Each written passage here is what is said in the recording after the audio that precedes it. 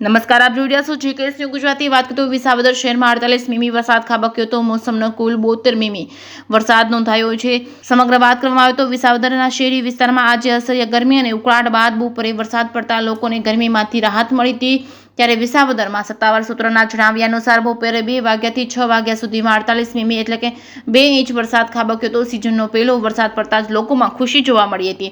ત્યારે વિસાવદર નગરપાલિકાની પ્રી મોન્સૂનની કામગીરીના ધજિયા ઉડ્યા હતા। 2 ઇંચ વરસાદ પડતા જ વિસાવદરના બસ સ્ટેશન વિસ્તારમાં પાણી ભરાયા હતા।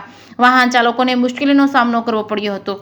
તો સિઝનનો પહેલો વરસાદ પડતા જ ખેડૂતોમાં પણ ખુશી જોવા મળી હતી। વિસાવદરના બસ સ્ટેશન પાસે મહાકાય પીપળનું ઝાડ પડી ગયું હતું। ત્યારે બાઇક સવાર ઉપર ઝાડ પડતા ચાલકને સામાન્ય ઈજાઓ પહોંચી હતી। ત્યારે વિસાવદર ડિઝાસ્ટર મેનેજમેન્ટના જવાબદાર કર્મચારીઓ એનડી બંધિયા ફ્લડ કંટ્રોલ રૂમમાં ગેરહાજર જોવા મળ્યા હતા। મીડિયા દ્વારા કર્મચારીના ફોન ઉપર સંપર્ક કરતા ફોન રિસીવ કરેલ નહીં। ત્યારે સવાલ એ છે કે શું ફ્લડ કંટ્રોલ રૂમમાં નોકરી કરતા આવા ગુલટીબાજ કર્મચારી ઉપર ઉચ્ચ અધિકારીઓ કઈ એક્શન લેશે કે પછી તેરી ભી ચૂપ્પી મેરી ભી ચૂપ્પી રહેશે? જીકેએસ ન્યૂઝ ગુજરાતી સાથે હરેશ મહેતા, વિસાવદર।